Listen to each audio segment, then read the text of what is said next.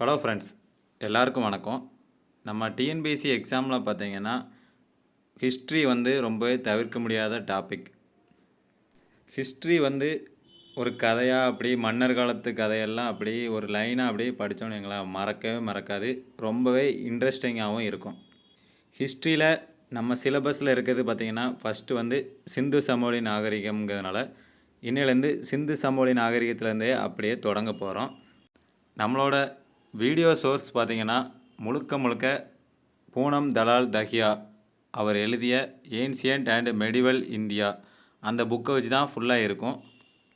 இந்த வீடியோ பார்த்திங்கன்னா group 1, group 2, group 4 மற்றும் மற்ற TNPSC exam, degree level standard exam எல்லாத்துக்குமே பார்த்திங்கன்னா ரொம்ப யூஸ் ஆகும்.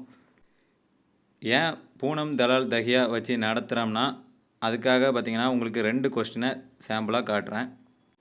மொதல் கொஸ்டின் பார்த்தீங்கன்னா, the most important evidence of trade with Afghanistan comes from and isolated Harappan trading out posted. ஆப்கானிஸ்தானுடனான வர்த்தகத்தின் மிக முக்கிய ஆதாரமாக தொலைவில் உள்ள ஹரப்பன்களின் புறக்காவல் நிலையமாக இருப்பது எது? ஷார்ட்டுகே. இது பார்த்திங்கன்னா ஸ்கூல் புக்கில் இல்லை, ஆனால் டிஎன்பிஎஸ்சியில் கேட்ட ஒரு கொஸ்டின் தான் இது. அடுத்து பார்த்திங்கன்னா, காளிபங்கன் எந்த ஆற்றங்கரையில் அமைந்துள்ளது? இது கக்கார் நதி.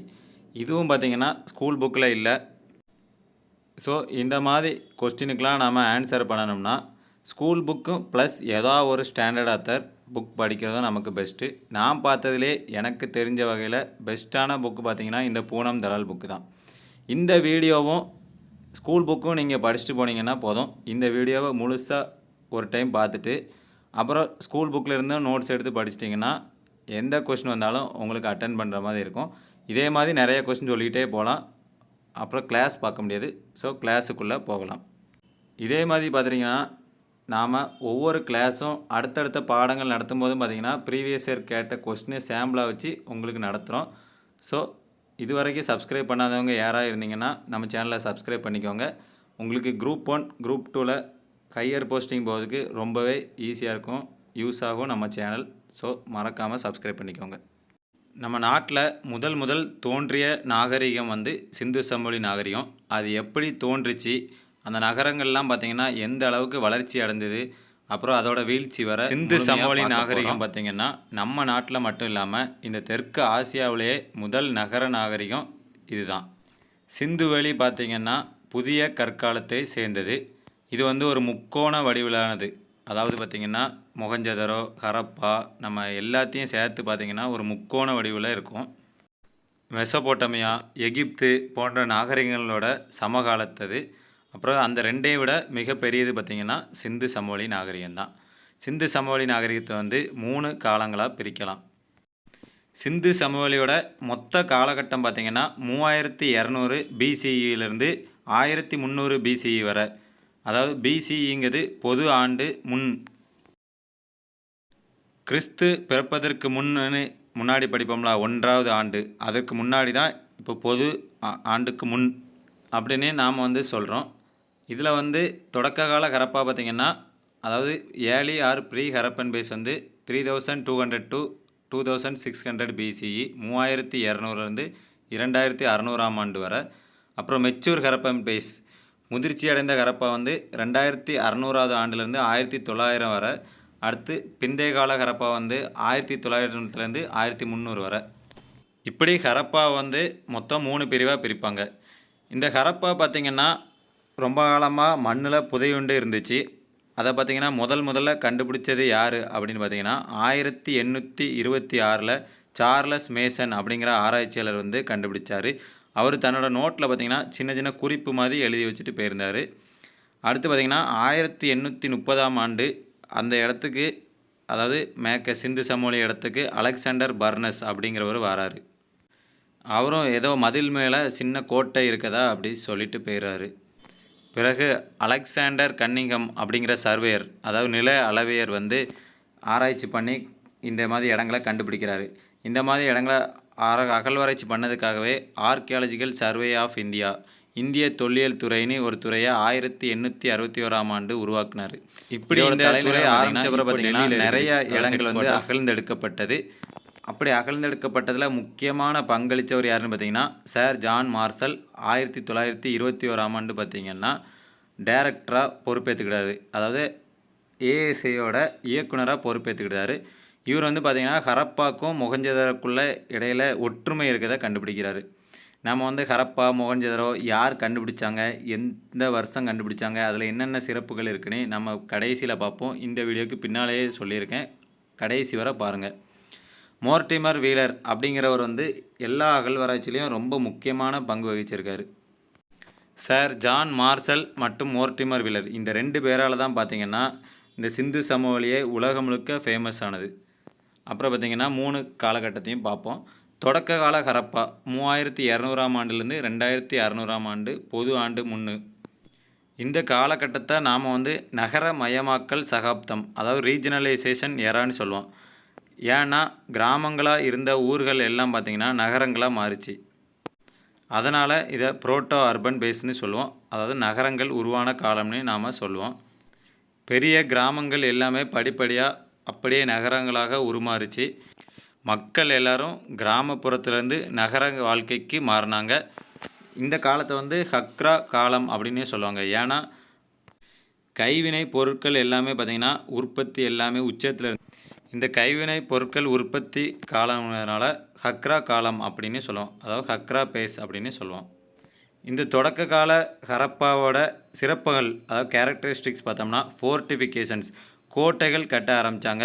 வெல் எக்ஸ்பெக்டஸ்டு கிராஃப்ட், சிறந்த கைவினை பொருட்கள் உற்பத்தி பண்ணாங்க.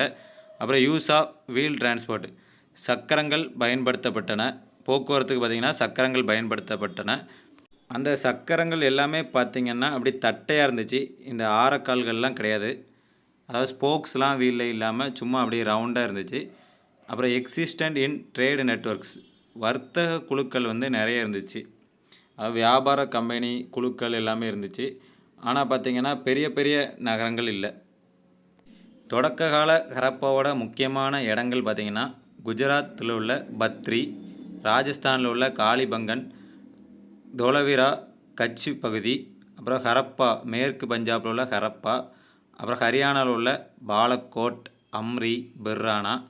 அடுத்து இப்போது பாகிஸ்தானில் இருக்கிற பார்த்திங்கன்னா கோட்டிச்சி, கும்லா, இந்த 2 இடங்களும். சிந்து சமவெளியில் வந்து தொடக்க கால ஹரப்பாவை சேர்ந்த இடங்கள் எதுவும் இல்லைன்னு சொல்கிறாங்க. அடுத்து மெச்சூர் ஹரப்பன் பேஸ், முதிர்ச்சி அடைந்த ஹரப்பன் பேஸ் தான் பார்க்க போகிறோம். 2600லேருந்து 1900 பொது ஆண்டு முன். இதை வந்து இன்டிகிரேஷன் எரான்னு சொல்லுவாங்க, ஒருங்கிணைப்பு சகாப்தம். ஹரப்பாவில் உள்ள எல்லா இடங்களுமே பார்த்திங்கன்னா, அதாவது ஹரப்பன் சமவெளியில் இருக்கிற எல்லா இடமே ஒருங்கிணைந்த காலம். ஹரப்பா ஒரு இடத்துல இருக்குது, மொஹஞ்சதாரோ ஒரு இடத்துல இருக்குது, தோலவிரா, குஜராத்தில் லோத்தல் இருக்குது. இது எல்லாமே ஒருங்கிணைந்த சகாப்தம் தான் இந்த mature Harappan phase. Urban phase of Harappa, இதுதான் முழுக்க முழுக்க நகரங்களின் காலம்னு சொல்லலாம். பெரிய பெரிய நகரங்கள் உருவாச்சு, ஃபுல் ஃப்ளெஜ்டு சிவிலைசேஷன். இந்த காலத்தை தான் முழுமையான வளர்ச்சியடைந்த நாகரிகம்னு நாம் சொல்கிறோம். சிந்து சமவெளி நாகரிகத்தின் வளர்ச்சியோட உச்சமே பார்த்திங்கன்னா இந்த ஹரப்பன் பேஸ் தான், மெச்சூர் ஹரப்பன் பேஸ் தான். இதோட சிறப்புகள் பார்த்திங்கன்னா ரெட் அண்ட் பிளாக் பாட்ரி, கருப்பு மற்றும் சிவப்பு மட்பாண்டங்கள் தயாரிக்கிறதுலாம் பார்த்திங்கன்னா ரொம்ப நவீனமாக இருக்கணும். அதெல்லாம் இந்த காலத்தில் இருந்துச்சு. அடுத்து டெரகோட்டா ஃபிகர்ஸ், சுடுமண்ணால் உருவாக்கப்பட்ட உருவங்கள் இருந்துச்சு. அப்புறம் செங்கல் பார்த்திங்கன்னா தரப்படுத்தப்பட்ட அளவுடையது, ஸ்டாண்டர்டைஸ் பிரிக் சைஸ் 1:2:4 ரேஷியோவில். லென்த்து, பிரெட்த்து, ஹைட்டெலாம் பார்த்திங்கன்னா 1:2:4 ரேஷியோவில் இருந்துச்சு. இந்த காலத்தோட முக்கியமான இடங்கள் பார்த்திங்கன்னா மேற்கு பஞ்சாபில் இருக்க ஹரப்பா, பாகிஸ்தானில் இருக்க மொஹஞ்சதாரோ, சன்குதாரோ மற்றும் சுட்கஜண்டார். அடுத்து குஜராத்தில் உள்ள லோத்தல், ராஜஸ்தானில் இருக்கிற காளிபங்கன், ஹரியானாவில் இருக்க பனவாலி, ராகிகர்கி மற்றும் முக்கியமான தலங்கள் எல்லாமே பார்த்திங்கன்னா இந்த காலத்தை சேர்ந்தது தான். அடுத்து பிந்தைய கால ஹரப்பா, அதாவது ஹரப்பா காலத்தோட கடைசி காலம், லோக்கலைசேஷன் எரா. ஹரப்பன் பேஸ் வந்து வீழ்ச்சி அடைந்த பிறகு பெரிய பெரிய நகரங்கள்லாம் வீழ்ச்சி அடைஞ்சு கிராமமயமாச்சு. அப்புறம் பெரிய பெரிய ஊர் எல்லாமே சின்ன சின்ன ஊர்களாக மாறிச்சு. சீல்ஸ், முத்திரைகள், பாட்டரி, மட்பாண்டம், எழுத்து, அளவுகள் எல்லாமே பார்த்திங்கன்னா படிப்படியாக அப்படியே சேஞ்சஸ் நிகழ்ந்துச்சு. மொத்தம் வந்து இதில் 5 பிரிவுகளாக பிரிக்கிறாங்க இந்த பிற்கால ஹரப்பாவை மட்டும். அதாவது பிற்கால ஹரப்பா இருந்த இடங்களை வந்து 5 பிரிவுகளாக பிரிக்கிறாங்க. மேற்கு பஞ்சாப் காலம், கல்லறை கலாச்சாரம்னு சொல்லுவாங்க அதை. அப்புறம் கிழக்கு பஞ்சாப் காலம், அடுத்து ஜுக்கார் காலம், ஜுக்கார் பேஸ், ஜுக்கார், சன்குதரா மற்றும் அம்ரி போன்ற இடங்களில் இருந்துச்சு. அப்புறம் ரங்பூர் பேஸ், கட்ச் மற்றும் சௌராஷ்டிராவில் இருந்தது. அடுத்து கங்கா, கங்கா, யமுனா, தோஆப் பேஸ், அதாவது அந்த இடத்துல பார்த்திங்கன்னா சிந்து சமவெளி பரவ ஆரம்பிச்சிது. கங்கா யமுனா பேஸில் மட்டும் பார்த்திங்கன்னா கிராமங்கள் வளர்ச்சி அடைந்தது, விவசாயிகள் காலமாக மாறுச்சு. இப்போது முதிர்ச்சி அடைந்த ஹரப்பா பேஸ், மெச்சூர் ஹரப்பன் பேஸில் வந்து பார்த்திங்கன்னா ஹரப்பாவோட சிறப்பு அம்சங்கள் வந்து நாம் பார்க்க போகிறோம். நல்ல டெவலப்பாக இருக்க ஹரப்பாவில் உள்ள சிறப்பு அம்சங்கள் தான் பார்க்க போகிறோம். இதோட எல்லைகள் பார்த்திங்கன்னா ஒவ்வொரு புக்லேயும் ஒவ்வொரு மாதிரி இருக்குது. இருந்தாலும் நம்ம ஸ்கூல் புக்கில் இருக்கிறதே எடுத்துக்கலாம். வடக்க பார்த்திங்கன்னா சார்டுகே, ஆப்கானிஸ்தானில் உள்ள சார்டுகே. பூனம் தலால் புக்கில் பார்த்திங்கன்னா மண்டா இன் ஜம்மு அண்ட் காஷ்மீர்னு கொடுத்துருந்தாங்க. மேற்க பார்த்திங்கன்னா சுட்கஜண்டோர், பலுச்சிஸ்தானில் இருக்கிறத சொல்லியிருக்காங்க ஸ்கூல் புக்கில், ஈரான். அப்புறம் தெற்க டைமாபாத், மகாராஷ்டிராவில் உள்ள டைமாபாத். கிழக்க பார்த்திங்கன்னா உத்தரப்பிரதேசத்தில் உள்ள ஆலம்கீர்பூர் வர பரவி இருந்தது. இந்த காலகட்டம் பார்த்திங்கன்னா போத் கல்ச்சுரல் ஹோமோஜெனிட்டி மற்றும் டைவர்சிட்டி, கலாச்சார ஒருமைப்பாடு மற்றும் பன்முகத்தன்மை கொண்டதாக இந்த காலகட்டம் இருந்துச்சு. முழுக்க முழுக்க பார்த்திங்கன்னா உள்நாட்டு கிராமப்புற கலாச்சாரத்திலிருந்து தோன்றியது. இந்த எல்லா சிட்டிஸ் இருக்க இடத்தையும் நம்ம ஒன்றிணைச்சு பார்த்தோம்னா அது ஒரு முக்கோண வடிவத்தை கொடுக்கும். இது வந்து மற்ற நாகரிகங்கள் எல்லாத்தையும் விட பார்த்திங்கன்னா ரொம்ப பெரிய அளவில் பரவி இருந்தது. அப்புறம் சிந்து சமவெளி நாகரிகங்கள் வந்து பார்த்திங்கன்னா திட்டமிட்டு கட்டப்பட்ட ஒரு நாகரிகம். அதோட டவுன் பிளானிங் தான் இப்போ பார்க்க போகிறோம். நகரத்தை வந்து பார்த்திங்கன்னா 2 பகுதிகளாக பிரிக்கலாம். ஒரு பகுதி பார்த்திங்கன்னா உயர்ந்த பகுதி, இன்னொரு பகுதி வந்து தாழ்வான பகுதி. உயர்ந்த பகுதியை வந்து நம்ம கோட்டைகள் இருக்கக்கூடிய பகுதியினால் கோட்டை பகுதின்னு சொல்லுவோம். அது வந்து பார்த்திங்கன்னா குறைவான இடம் தான் இருக்குது. நகரத்துக்கு மேற்கு பகுதியில் அமைஞ்சிருந்தது. அங்கெல்லாம் ஆட்சியாளர்கள் தான் வாழ்ந்திருந்தாங்க. ஆட்சியாளர்கள், பூசாரிகள், பெரிய பெரிய வியாபாரிகள் எல்லாம் வாழ்ந்திருந்தாங்க. அங்கே தான் அவங்களுக்கு ஏற்ற மாதிரி பொது கட்டடங்கள், களஞ்சியங்கள் மற்றும் வழிபாட்டு தலங்கள் எல்லாமே இருந்த இடம் பார்த்திங்கன்னா உயர்ந்த பகுதி, கோட்டை இருந்த பகுதியில் தான் இருந்தது. தாழ்வான பகுதி, அதாவது லோவர் பார்ட்டில் பார்த்திங்கன்னா சாதாரண மக்கள் வந்து வாழ்ந்துட்டு இருந்தாங்க. இந்த நகரத்தோட சிறப்புகள், இந்த டவுனோட கேரக்டரிஸ்டிக் பார்ப்போம். அந்த காலத்தில் பார்த்திங்கன்னா நகரங்கள் எல்லாமே சும்மா ஒன்றும் கட்டப்படல. இப்போ உள்ள இப்போவும் பிளான் பண்ணிலாம் ஒன்றும் கட்டலை. ஆனால் அந்த காலத்தில் சிந்து சமவெளி மட்டும் பிளான் பண்ணி கட்டியிருக்காங்க. தெருக்கள் எல்லா இடமும் பார்த்திங்கன்னா 10 மீட்டர் கரெக்டாக அளவு இருக்க மாதிரி கட்டியிருக்காங்க. அது வந்து நகரத்தை வந்து செவ்வகமாகவும் சதுர தொகுதியாகவும் பிரிக்குது. ரெக்டாங்குலர் அண்டு ஸ்கொயர் பிளாக்ஸாக அப்படியே டிவைட் பண்ணுது. கரெக்டான இன்டர்வலில் பார்த்திங்கன்னா லேம்ப் போஸ்ட் வச்சுருக்காங்க. அதாவது சீரான இடைவெளியில் விளக்கு கம்பங்கள் வச்சுருக்காங்க. இப்போ போஸ்ட் லைட் இருக்குதுல்ல, அந்த மாதிரி சீரான இடைவெளியில் கரெக்டாக வச்சுருக்காங்க. செங்கல் எல்லாமே பார்த்திங்கன்னா சுட்ட செங்கற்கள் தான் பயன்படுத்தியிருக்காங்க. ரேஷியோ பார்த்திங்கன்னா 1:2:4 ரேஷியோவில் அந்த செங்கல்லாம் தயாரிச்சிருக்காங்க. அதாவது 7 சென்டிமீட்டர் நீளம், 14 சென்டிமீட்டர் வந்து உயரம், 28 சென்டிமீட்டர் வந்து அகலம். இந்த சைஸில் வீட்டுக்கான செங்கற்கள் எல்லாமே தயாரிச்சிருக்காங்க. சிட்டி வால், அதாவது நகர சுவர்கள் எல்லாம் பார்த்திங்கன்னா 10x20x40 சென்டிமீட்டர் இந்த ரேஷியோவில் தயாரிச்சிருக்காங்க. கொஞ்சம் பெருசாக இருக்குது சிட்டி வால். ஹவுஸ் பிரிக்ஸ், வீடு கட்டுறதுக்கு சின்ன செங்கலும், சிட்டி வால் செவரு கட்டுறதுக்கு பெரிய செங்கலும் பயன்படுத்தியிருக்காங்க. சிந்து சமவெளி மக்களோட முக்கியமான சிறப்பம்சமே பார்த்திங்கன்னா அவங்களோட பாதாள சாக்கடை திட்டம் தான். பாதாள நீர் மேலாண்மை தான் ரொம்ப ரொம்ப முக்கியமானது. ஏன்னா இப்போ கூட நம்மளோட கவர்மெண்டால் பாதாள சாக்கடை வந்து கரெக்டாக கொண்டு போக முடியல. ஆனால் அந்த காலத்தில் பக்காவாக பண்ணியிருக்காங்க. அந்த கால்வாயெல்லாம் பார்த்திங்கன்னா எதால் கட்டியிருக்காங்கன்னா செங்கல், அப்புறம் பிட்டுமின் மற்றும் ஜிப்சத்தை கொண்டு பூசியிருக்காங்க. ஏன்னா தண்ணி தேங்கக்கூடாது, தண்ணி வந்து அந்த மணல்லே அப்சார்ப் ஆகிடக்கூடாதுங்கக்காண்டி ஜிப்சம் கொண்டு பூசியிருக்காங்க. அடிக்கடி ஓப்பனிங்லாம் வச்சுருக்காங்க. பாதாள சாக்கடை இப்போ ஓப்பனிங் இருக்குல்ல, அதாவது மூடி வச்சு க்ளோஸ் பண்ணியிருப்பாங்க. அந்த மாதிரி இடங்கள்லாம் பார்த்திங்கன்னா க்ளீன் பண்ணதுக்காகவே அதெல்லாம் அந்த காலத்துலேயே வச்சுருக்காங்க. அது வந்து பார்த்திங்கன்னா பாதாள நீர் மேலாண்மை. அப்புறம் ஸ்ட்ரீட் லைன்ஸ், தெருவோட வாய்க்கால் பார்த்திங்கன்னா, அதாவது வடிகால் பார்த்திங்கன்னா வெயிலில் காய வைக்கப்பட்ட செங்கல் பயன்படுத்தியிருக்காங்க. பேக்டு பிரிக்ஸும் மட் மோட்டார், களிமண்ணால் செய்யப்பட்ட செங்கலையும் வச்சுருக்காங்க. அந்த கால்வாய் எல்லாமே பார்த்திங்கன்னா வாட்டர் ப்ரூஃப், அதாவது நீர் வந்து புகாதது, அப்படியே ஓடிடும், உள்ளே அப்சார்ப் ஆகாது. அப்பப்போ பார்த்தீங்கன்னா, திடப்பொருட்கள் கலக்காம இருக்கிறதுக்கான குட்டைகள் எல்லாமே வச்சுருக்காங்க. திடப்பொருட்கள் வந்து அந்த சாக்கடையில போய் அடைச்சிக்கிடாம போறதுக்காக, தண்ணி மட்டும் போறதுக்காக அந்த பொறி மாதிரிலாம் வச்சுருக்காங்க. அடுத்து ஹரப்பன் மக்கள் வாழ்ந்த வீடுகள் பற்றி பார்ப்போம். வீடு எல்லாம் பார்த்தீங்கன்னா 2 அடுக்கு மற்றும் அதுக்கு மேலே அடுக்குகளால் கட்டப்பட்டது. வீடுகள் எல்லாமே பார்த்தீங்கன்னா டைல்ஸ் போடப்பட்ட பாத்ரூம் வச்சு கட்டியிருக்காங்க. அந்த வீடுகளில் உள்ள பாத்ரூம்லலாம் பார்த்தீங்கன்னா டைல்ஸ் போட்டிருக்கு. இந்த காலம் மாதிரியே அந்த காலத்துலேயே போட்டிருக்காங்க. தெருக்களை நோக்கி ஸ்ட்ரீட்டை நோக்கி பார்த்தீங்கன்னா எந்த ஜன்னலும் வைக்கலை. எல்லா வீட்லேயும் உள்ள கழிவுநீர் வந்து அந்த வடிகாலோட சேர்ற மாதிரி இணைச்சி வச்சுருக்காங்க. சிட்டியே பார்த்தீங்கன்னா ஒரு கிரிட் பேட்டர்னில் தான் அமைச்சு வச்சுருக்காங்க. அதாவது சட்டக வடிவமானது கரெக்டாக பிளான் பண்ணி ஒரு ஆர்டராக கட்டியிருக்காங்க. எல்லா தெருக்களுமே பார்த்தீங்கன்னா வடக்கு தெற்கு திசையில் செங்கோண வடிவில் கட் பண்ணுற மாதிரி அப்படியே வச்சுருக்காங்க. மழைக்காலத்தில் வர்ற நீர் எல்லாமே பார்த்தீங்கன்னா மக்கள் வந்து க்ளீனாக சேகரிச்சிருக்காங்க. அதுக்கான ஆதாரம் வந்து தோளவிரால இருக்குது. சிந்து சமவெளி நாகரிகத்தோட சமூகம் மற்றும் அரசியல் தான் பார்க்க போகிறோம்.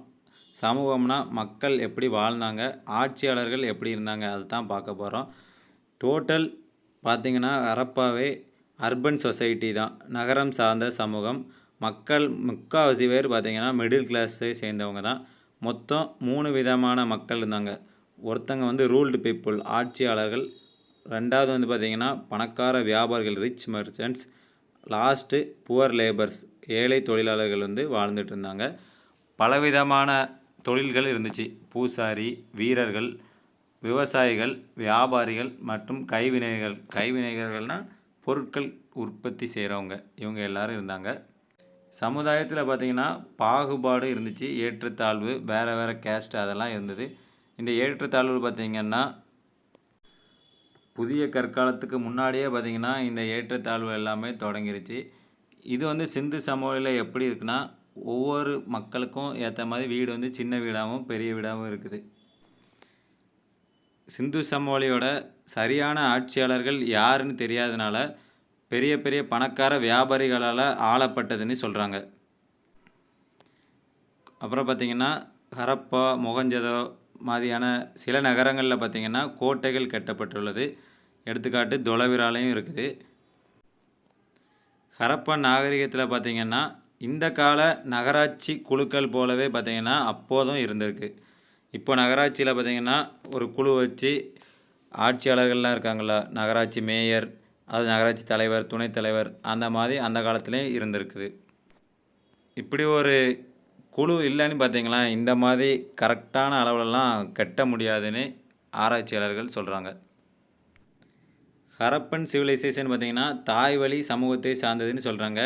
எதை வச்சு சொல்கிறாங்கன்னு பார்த்தீங்கன்னா, பெண் தெய்வங்களை குறிக்கும் நிறைய டெரகோட்டா உருவங்கள் இருக்குது.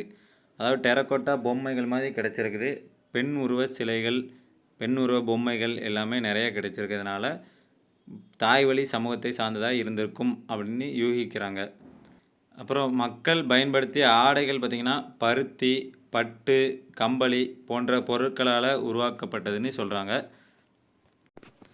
மொஹஞ்சதாரோவில் வந்து ஒரு துணி வந்து நெய்யப்பட்ட துணி வந்து கண்டுபிடிச்சிருக்காங்க. அப்புறம் அதை வந்து இன்னும் ஊசிகள், சுழல்கள், ஸ்பிண்டில்ஸ் அண்ட் நீடில்ஸ் எல்லாமே பார்த்திங்கன்னா மொஹஞ்சதாரோவில் கண்டுபிடிச்சிருக்காங்க. அப்புறம் ஒரு பெரிய அளவிலான ஆண் சிலை வந்து கண்டுபிடிக்கப்பட்டுள்ளது. எங்கன்னு பார்த்திங்கன்னா மொஹஞ்சதாரோ. அதில் வந்து பார்த்திங்கன்னா இடுப்புக்கு கீழே துணி, அதாவது வேட்டி மாதிரி ஒரு துணி உடுத்திருக்க மாதிரி கண்டுபிடிச்சிருக்காங்க.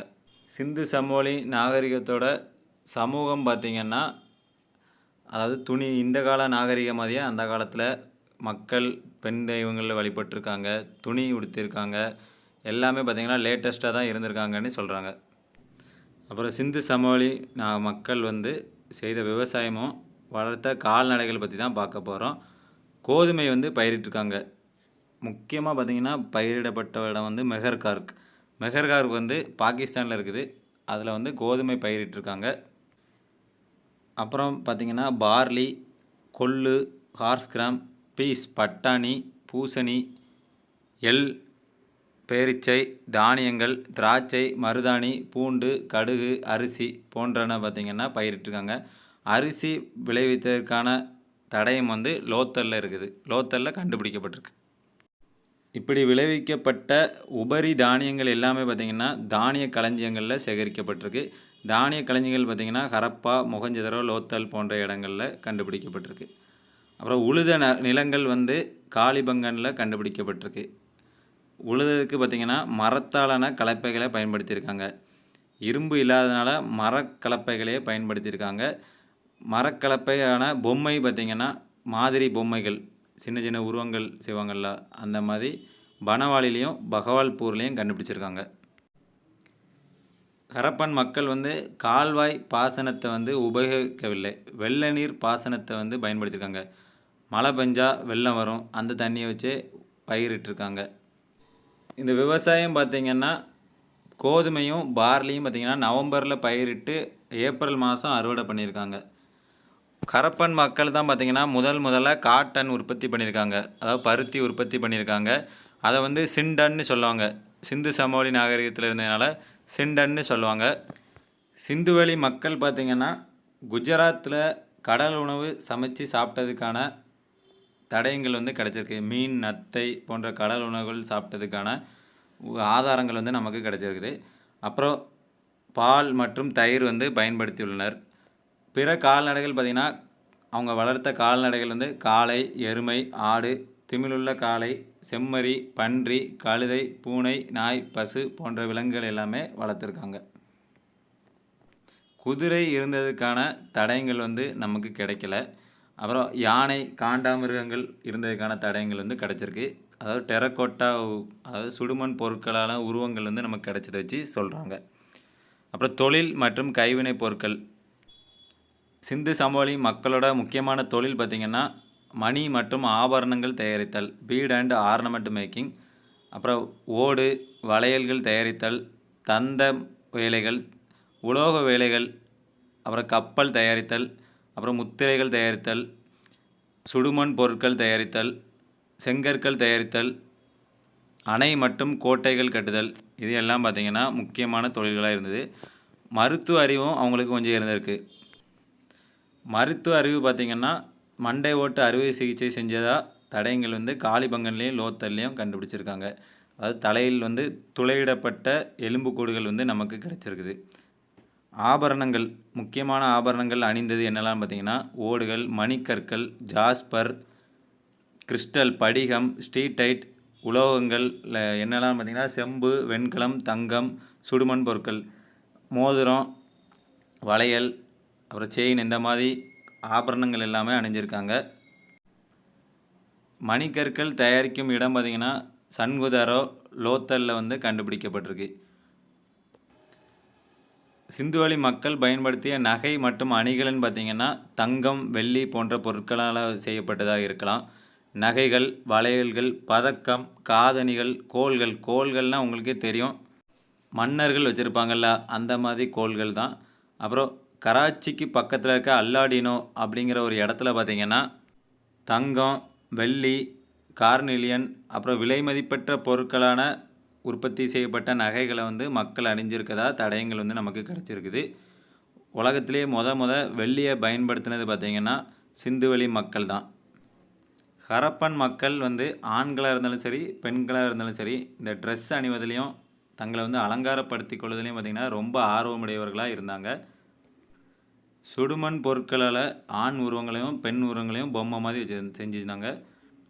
அப்புறம் விலங்குகளான பொம்மைகள் பார்த்திங்கன்னா காளை, பஃபலோ, எருமை, நாய்கள், குரங்கு மற்றும் விளையாட்டு பொம்மைகள் எல்லாமே வச்சுருந்தாங்க. இவங்களோட மெட்டல் நாலேஜ் பார்த்திங்கன்னா பிரான்ஸ் செஞ்சுருந்தாங்க. பிரான்ஸ் வந்து பார்த்திங்கன்னா காப்பரும் சில்வரும் சேர்ந்து, இரும்பை பற்றின எந்த அறிவும் இல்லாததுனால செம்பையை ஃபுல்லாகவே பயன்படுத்தியிருந்தாங்க. ஈவன் அல்லாய்ஸ் கூட தயாரிச்சிருந்தாங்க. அல்லாய்ஸ் தான் பிரான்ஸு. பிரான்ஸாலான கத்தி, வாள், குறுவாள், குறுங்கத்தி, கண்ணாடி, ஊசிகள், மோதிரம், வளையல்கள் எல்லாமே செஞ்சு பயன்படுத்தியிருந்தாங்க. அந்த காலத்துலேயே பார்த்திங்கன்னா இப்போ உள்ளவங்க மாதிரி லேட்டஸ்ட்டாக டெக்னாலஜியில் வாழ்ந்துருந்தாங்க. இந்த மெட்டலர்ஜியில் அவங்க ஸ்ட்ராங்குன்னு சொல்லதுக்கான இன்னொரு காரணம் வந்து ஒரு மொஹஞ்சதாரோவில் பார்த்திங்கன்னா வெண்கலத்தால் செய்யப்பட்ட ஒரு நடன மங்கை சிலை கண்டுபிடிக்கப்பட்டது தான் காரணம். கண்டுபிடிச்சது பார்த்திங்கன்னா ஜான் மார்ஷல். ரொம்ப சின்ன சைஸில் பார்த்தீங்கன்னா, ஒரு பெண்ணோட உருவத்த அப்படியே வடிச்சிருந்தாங்க. இது வந்து ரொம்ப முக்கியமான ஒரு டெக்னாலஜின்னு சொல்லலாம். அப்புறம் ஆயுதங்கள் இருந்ததுக்கான எந்த தடயங்களும் இல்ல. மக்கள் வந்து பார்த்தீங்கன்னா, அமைதியா தான் வாழ்ந்திருக்காங்க. அப்புறம் வந்து ஒரு ஒரு தாடி வச்ச ஒரு ஆண் சிலை வந்து கிடைச்சிருக்குது மொஹஞ்சதாரோல. அந்த தாடி வச்ச சிலை வந்து பார்த்தீங்கன்னா, ஒரு அரசருக்கான உருவம் மாதிரி இருக்கிறதுனால, அத வந்து பூசாரி அரசனா இருக்கலாம் அப்படின்னு ஆராய்ச்சியாளர்கள் எல்லாமே சொல்றாங்க. அப்புறம் கொஞ்சம் அட்வான்ஸ் டெக்னாலஜியான மட்பாண்டங்கள் எப்படி இருந்ததுன்னு பார்த்தீங்கன்னா, குயவர்கள் தயாரிக்கக்கூடிய சக்கரம் வந்து பயன்படுத்துனாங்க. இப்பவும் பார்த்தீங்கன்னா, பானை எல்லாமே சக்கரத்த வச்சு தான் பயன்படுத்தாங்க. 3000 ஆண்டுகள் 5000 ஆண்டுகள் முன்னாடியும் அந்த சக்கரம் பயன்பாட்டுக்கு வந்ததுன்னு சொல்றாங்க. கருப்பு, சிவப்பு மட்பாண்டங்கள் பயன்படுத்தப்பட்டது. அதாவது சிவப்பு மட்பாண்டத்தில கருப்பு ஓவியங்கள் பூசியிருந்தாங்க. அதாவது பெயிண்ட்லாம் அடிச்சு நமக்கு புடிச்ச மாரி வடிவத்தில வரைஞ்சிருந்தாங்க. அப்புறம் தண்ணீர் சேகரிக்கிறதுக்கான பாத்திரங்கள் எல்லாமே வச்சிருந்தாங்க. பாத்திரங்கள், எஸ் ஷேப்டு ஜார்ஸு, பிளேட்ஸு, அப்புறம் பவுல்ஸ் அண்ட் பாட்ஸ் இது எல்லாமே வச்சிருந்தாங்க. பாட்ஸ்னா பானைகள் உங்களுக்கு தெரியும். தண்ணி வந்து லீக் ஆவாது. அந்த அதாவது பானையில வந்து பார்த்தீங்கன்னா, தண்ணி லீக் ஆவாது. அந்த மாதிரி பானையெல்லாம் அப்பவே தயாரிச்சிருந்தாங்க. மக்கள் வந்து மதுபானங்களுக்கு அடிமையா இருந்ததுனால, மதுபானங்கள் தயாரிக்கிறதுக்கு பார்த்தீங்கன்னா, அந்த ஃபெர்மென்டட் ஆல்கஹாலிக் பீவரேஜஸ்க்காக பெர்ஃபோரேட்டட் பாட்ஸ் துளையிடப்பட்ட மட்பாண்டங்கள் வந்து பயன்படுத்தியிருந்தாங்க. அப்புறம் ஹரப்பன் மக்கள் பயன்படுத்திய எழுத்து முறை என்னலான்னு பார்த்தீங்கன்னா, சித்திர எழுத்து முறைன்னு நம்ம சொல்லலாம். அதுக்காக ஓவியங்கள், சின்னங்கள், அப்புறம் கருத்து எழுத்து, இடியோகிராம்ஸு, கிராஃபிக் சிம்பல் எல்லாமே யூஸ் பண்ணியிருந்தாங்க. முதல் வரிசை பார்த்தீங்கன்னா, வலமிருந்து இடத்திலயும், 2வது வரிசையில இடமிருந்து வலத்திலயும் எழுதப்பட்டிருக்கு. ஆனா இந்த படங்களுக்கான அர்த்தங்கள் வந்து இன்னைக்கு வரைக்கும் கண்டுபிடிக்கப்படல. மொத்தம் பார்த்தீங்கன்னா, 400லேருந்து 600 சித்திர வடிவங்கள் வந்து பயன்படுத்தியிருக்காங்க. மீதி எல்லாமே பார்த்தீங்கன்னா, இதிலிருந்து டெரைவ் பண்ணி படம் வரைஞ்சிருக்காங்க. முதலா பார்த்தீங்கன்னா, 1853ல தான் இந்த சித்திர வடிவங்கள் எல்லாமே கண்டுபிடிச்சிருக்காங்க. அப்போ வந்து பாதி தான் கண்டுபிடிச்சிருந்தாங்க. முழுமையா 1923ல எங்கெல்லாம் இருக்குதோ அதெல்லாம் கண்டுபிடிச்சிருந்தாங்க. ஆனா அதோட அர்த்தம் வந்து பார்த்தீங்கன்னா, இன்னைக்கு வரைக்கும் நமக்கு புரியவே இல்ல. அப்புறம் சிந்து சமவெளி மக்களோட வாழ்வியலுக்கான பொருளாதாரம் பார்த்தீங்கன்னா, அவங்க வந்து மெசொப்பொட்டாமியா மற்றும் பெர்சியாவோட வணிகம் செஞ்சிருந்தாங்க. மெசொப்பொட்டாமியா வந்து சிந்து சமவெளி மக்கள வந்து மெலுகா அப்படின்னு சொல்றாங்க. சிந்துவெளி பகுதிய மெலுகா அப்படின்னு அழைத்தாங்க. 3 முக்கியமான வணிக மையங்கள் பார்த்தீங்கன்னா, தில்முன் இது எங்க இருக்குன்னு பார்த்தீங்கன்னா, பஹ்ரைன், பெர்சிய வளைகுடால இருக்குது. இது வந்து ஒரு வாட்டி ப்ரீவியஸ் இயர் கொஸ்டின்ல தில்முன் எங்க இருக்குது அப்படின்னு கேட்டிருந்தாங்க. அடுத்து மாகன் வந்து மக்ரான் கடற்கரை ஓமன் நாட்டில இருக்குது. அடுத்து மெலுகா அப்படிங்கிற இடம் வந்து பாகிஸ்தான்ல இருக்குது. இந்த 3ம் வந்து சிந்துவெளி மக்களோட முக்கியமான வணிக மையங்களா சொல்றோம். அப்புறம் மெசொப்பொட்டாமியா நாகரிகத்தை சேர்ந்த மக்கள் வந்து பார்த்தீங்கன்னா, செம்பு, கார்னிலியன், ஐவோரி, தந்தங்கள், செல், லேப்பிஸ் லசோலி, வைடூரிய கல், பியல்ஸ் அப்படின்னா முத்து, எபோனி இது எல்லாம் பார்த்தீங்கன்னா, சிந்து சமவெளியிலேருந்து இறக்குமதி செஞ்சுக்கிட்டாங்க. அதுக்கு பதிலா பார்த்தீங்கன்னா, சிந்து சமவெளி மக்கள் வந்து துணிகள், வாசனை திரவியங்கள், தோல் பொருட்கள், வெள்ளி எல்லாமே அங்கேருந்து இறக்குமதி செஞ்சுக்கிட்டாங்க. மெட்டாலிக் மணி அதாவது நாணயங்கள் எதுவும் பயன்படுத்தப்படல. பண்டமாற்று முறை வந்து பயன்படுத்தியிருக்கலாம். அப்புறம் வந்து காளையுடன் கூடிய மாட்டு வண்டி வந்து பயன்படுத்தியிருக்காங்க. அப்புறம் அரபிக் கடல்ல உள்ள இடங்களை எல்லாம் கப்பல் மூலமா வந்து நேவிகேட் பண்ணி வச்சுருக்காங்க. முக்கியமான ஹரப்பன் இறக்குமதி பொருட்கள் பார்த்தீங்கன்னா, எங்கேருந்துலாம் ஹரப்பனுக்கு அந்த பொருட்கள் வந்துச்சு அப்படின்னு பார்த்தீங்கன்னா, தங்கம் வந்து ஆப்கானிஸ்தான், கோலார் அதாவது தென்னிந்தியா, அப்புறம் ஈரான்லேருந்து இறக்குமதி செஞ்சுருக்காங்க. செம்பு காப்பர் வந்து K3 ராஜஸ்தான் மாநிலத்தில் உள்ள K3, பலுச்சிஸ்தான், ஓமன்லேருந்து செம்பு இறக்குமதி பண்ணியிருக்காங்க. அப்புறம் தகரம் வந்து பார்த்திங்கன்னா ஆப்கானிஸ்தான் மற்றும் ஈரான்லேருந்து இறக்குமதி பண்ணியிருக்காங்க. லேப்பூஸ் லசோலி அதாவது வைடூரிய கல் பார்த்திங்கன்னா ஆப்கானிஸ்தானில் உள்ள சார்ட்டுகிலேருந்து இறக்குமதி பண்ணியிருக்காங்க. ஜேடு பச்சை மாணிக்கல்னு சொல்லுவோம். அது வந்து மத்திய ஆசியாவில் உள்ள பாமீர் நாட்டிலேருந்து இறக்குமதி பண்ணியிருக்காங்க. அப்புறம் பார்த்திங்கன்னா ரத்தின கற்கள் டர்காய்ஸ்னு சொல்லுவோம். அது வந்து மத்திய ஆசியாவிலேருந்து கொராசன் அப்படிங்கிற இடத்துலேருந்து இறக்குமதி பண்ணியிருக்காங்க. ஸ்ட்ரீடைட் வந்து டேப்பி சகியா ஈரான் நாட்டில் இருக்க டேப்பி சகியாலேருந்து இறக்குமதி பண்ணியிருக்காங்க மற்றும் தெற்கு ராஜஸ்தான்லேருந்து இறக்குமதி பண்ணியிருக்காங்க. அப்புறம் பிட்டுமின்ங்கிறது நீலக்கல். இது வந்து மெசொப்பொட்டாமியா மற்றும் பலுச்சிஸ்தான்லேருந்து இறக்குமதி பண்ணியிருக்காங்க. லெட்டு ஈயம் வந்து தென்னிந்தியாவிலேருந்து இறக்குமதி பண்ணியிருக்காங்க. வெள்ளி வந்து பார்த்திங்கன்னா ராஜஸ்தானில் உள்ள ஜாவார் மைன் சுரங்கங்கள்லேயும் மெசபோட்டாமியாலேருந்து இறக்குமதி பண்ணியிருக்காங்க. அப்புறம் முக்கியமானது பார்த்திங்கன்னா இதில் தான் அடிக்கடி கொஸ்டினே கேட்பாங்க. ஹரப்பன் மக்களோட முத்திரைகளோட சிறப்பு அம்சங்கள் பார்த்திங்கன்னா square and oblong plaque made of steatite stones. Steatite கல்லால் செய்யப்பட்ட சதுர மற்றும் நீள்வட்டமான தகடுகளால் செய்யப்பட்டது. முத்திரைகள் எல்லாமே பார்த்திங்கன்னா காளை மற்றும் மீன் போன்ற நிறைய விலங்குகளால் ஆனது. விலங்குகள் உருவங்களை கொண்டது.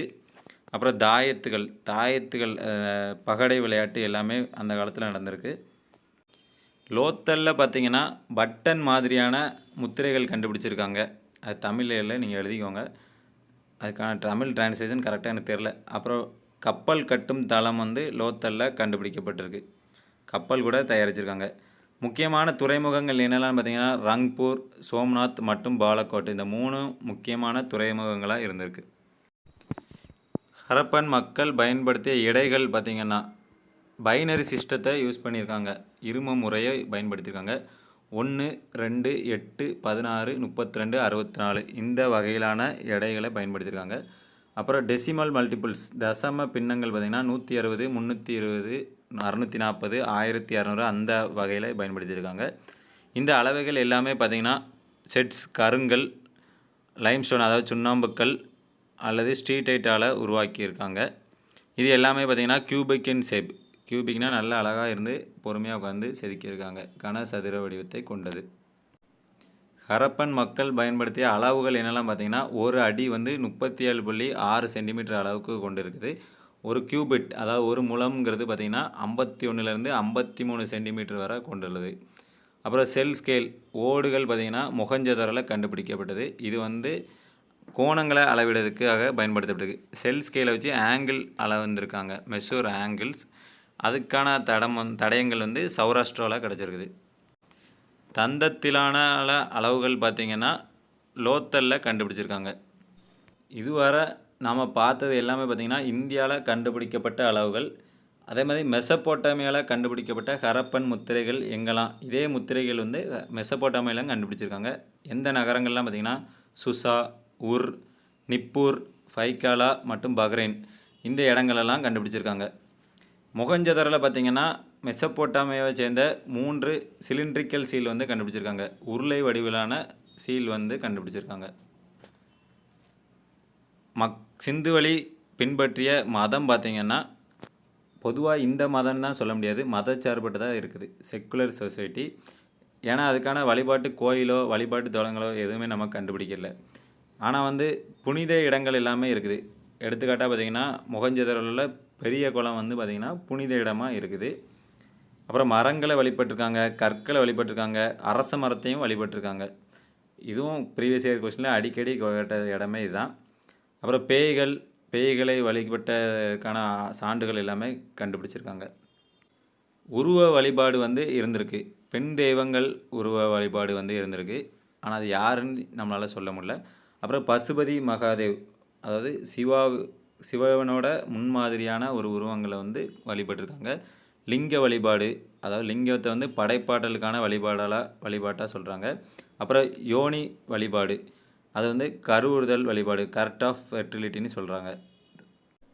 அரச மரம், கொம்புள்ள காளை, அப்புறம் பறவைகள் பார்த்திங்கன்னா புறா, மரகத புறா இந்த மாதிரி பறவைகளையும் வழிபட்டிருக்காங்க. ஒற்றை கொம்புள்ள குதிரை அது அநேகமாக காண்டாமிரமாக இருக்கலாம்னு சொல்கிறாங்க. இது எல்லாமே மக்கள் வந்து வழிபட்டிருக்காங்க.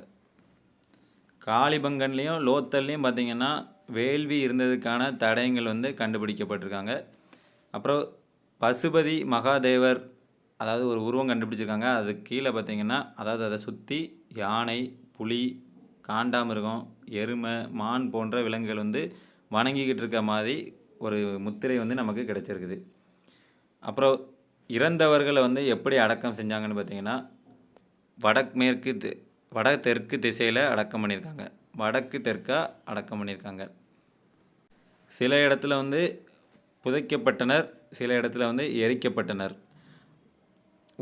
புதைக்கும் போது பார்த்திங்கன்னா அவங்க என்னென்ன பொருட்கள் பயன்படுத்தினாங்களோ அதையெல்லாம் சேர்த்து புதைச்சிருந்தாங்க.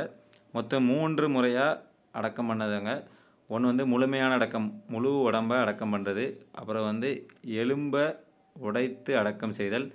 அதாவது உடலை வந்து பறவைக்கும் விலங்குகளுக்கும் கொடுத்துட்டு மீதியை அடக்கம் பண்ணுவாங்க. அப்புறம் எரிச்சிருவாங்க. இந்த 3 வகையான அடக்கம் வந்து இருந்தது. இப்படி சிந்துவெளி மக்கள் பார்த்திங்கன்னா இப்போ உள்ள காலம் மாதிரியே அதாவது நல்ல வீடு கட்டி மக்கள் எல்லாமே நல்லா ஒன்று சேர்ந்து வாழ்ந்து கடவுளை வழிபட்டு அப்படி வாழ்ந்த மக்கள் பார்த்திங்கன்னா ஒரு கட்டத்தில் வீழ்ச்சி அடைய ஆரம்பிச்சிட்டாங்க. வீழ்ச்சிக்கான முக்கிய காரணங்கள் என்னெல்லாம்னு சொல்கிறாங்கன்னா, கரெக்டான வீழ்ச்சிக்கான காரணம் நமக்கு தெரில. முக்கியமான காரணங்களாக என்னெல்லாம் சொல்கிறாங்கன்னா, ஆரிய படையெடுப்பு, அதாவது மத்திய ஆசியாவில் இருந்த அந்த ஆரியர்கள், அப்புறம் எக்காலஜிக்கல் டிஸ்டர்பன்ஸ், அதாவது காலநிலை மாற்றம், ஆறு வந்து தன் வழியை மாற்றியமைத்தல். அது இப்போ சரஸ்வதின்னு ஒரு ஆறு இருந்தது, இப்போ இல்லை, அந்த மாதிரி காரணங்கள். அப்புறம் மழை பெய்யாமல் போனது. முந்தைய ஒரு காலத்தில் செழிப்பாக இருந்த தார் பாலைவன பகுதி பார்த்திங்கன்னா இப்போ வறண்டு போச்சு. அப்புறம் வெள்ளத்தால் மக்கள் அழிஞ்சிருக்கலான்னு சொல்கிறாங்க. அப்புறம் காகர் அப்படி அந்த நதியும் வற்றி போச்சு. மண் வளத்தில் வந்து பார்த்திங்கன்னா அசிடிட்டி அமிலத்தன்மை கூடினதுனால மாறிட்டுன்னு சொல்கிறாங்க. அப்புறம் நிலநடுக்கம் வந்திருக்கலாம்னு சொல்கிறாங்க. இது போன்ற நிறைய இயற்கை பேரிடர்களால் சிந்துவெளி மக்கள் வந்து சிந்து சமவெளி நாகரிகம் சரிஞ்சிட்டதாக சொல்கிறாங்க. இன்னும் நாம் வந்து பார்த்திங்கன்னா சிந்து சமவெளியில் பார்க்கக்கூடிய முக்கியமானது பார்த்திங்கன்னா என்னென்ன தலங்கள் இருக்குது, அதை யார் யார் கண்டுபிடிச்சாங்க, எந்த ஆண்டு கண்டுபிடிச்சாங்க, அந்த இடங்களோட சிறப்பு அம்சங்கள் எல்லாமே பார்க்கணும். அதை வந்து நம்ம அடுத்த வீடியோவில் பார்ப்போம்.